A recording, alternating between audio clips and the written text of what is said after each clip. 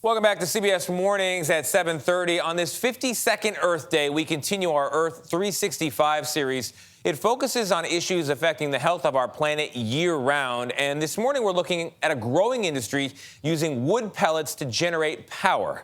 Now, pellet producers call it renewable energy, but critics say the industry is clear-cutting woodlands that are an important line of defense against climate change.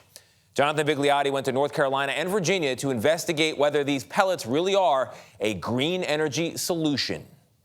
Every day, thousands of acres of forests are stripped bare. Logging in America's South, known as the world's wood basket, is outpacing activity in the Brazilian rainforest. I'm walking in what used to be a more than 60-year-old forest. Just a few months ago, it was chopped down to this in just a matter of weeks.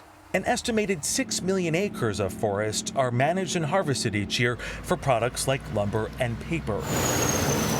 But a growing cut of America's woodlands is going to a new industry that says this is green energy. When people think of green energy, do you think this is what they envision? Absolutely not. I mean, look, this looks like a bomb went off.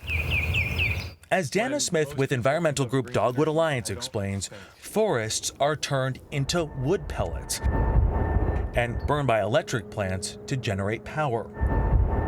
Producers say the energy is green because trees grow back. The counter argument here is you cut down trees like this, the carbon that's released through burning them through the soil can be absorbed by other trees. That's just not true. Just because they clear cut this forest doesn't mean that somehow these forests are absorbing magically more carbon out of the atmosphere. Smith took us to several clear cuts in North Carolina and Virginia. But 4 years later, you don't see much growing back in this clear-cut wetland forest. Her team traced these trees to Enviva, the nation's largest producer of pellets. Enviva declined our request to visit their plants, but Vice President Don Calloway says they only use leftover waste wood, like treetops and limbs. Every piece of fiber that's taken into our process, we can tell you that it's in fact low-value wood. If we did not create this service, it would be left to rot on the forest floor. It would be left to create forest fires. Foresters say what we saw at Enviva's plants was something else. So we're here in a cotton field in Southern Virginia where we've come to see one of 3 Enviva plants in the region. Our drone captured entire trunks of pine trees around 100 feet long and stacked several stories high that could also be used for paper production. So when we look at those images, and I'm sure you visited the plants, you've seen those stacks of tens of thousands, if not more, tree trunks. I'm sorry to interrupt you, Jonathan, but it's important to not call them tree trunks. We take in tops and we take in limbs. And again, to the naked eye, wood looks like wood. I've never seen a limb that tall, and certainly in that area. Again, it could be the tops of a very, very large tree. Calloway says they never clear-cut forests. However, Enviva's own public disclosures show 90% of some harvests, including trunks, go straight to them. This wood is then loaded onto conveyor belts, chipped into sawdust, and compressed into pellets. Literally tons of these wood pellets are made every single day, but none of them stay here in the United States. We're following this truck to see where they go. They're trucked around 90 miles to the port of Chesapeake and shipped to Europe, where EU regulators consider pellets a renewable alternative to coal. Notably, the U.S. does not. There's no real doubt here that wood pellets and frankly woody biomass are a far superior climate change mitigation option than fossil fuels, particularly coal. MIT researchers concluded wood burns dirtier than coal and determined it takes at least 44 years for replanted trees to absorb the carbon released from burning the ones they replaced. Their DNA is part of this land. Yeah, and it won't ever change. Most trees come from private landowners like Hunter Darden III, who credits Enviva for creating thousands of jobs. Though he tells me competition has led to forests being cut younger.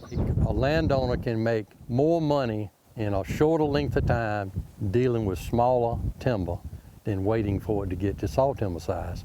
A report by the Southern Environmental Law Center found demand is fueling the additional logging of tens of thousands of acres a year in the area, impacting wildlife and homes on the front lines of harvest and those located near the plants.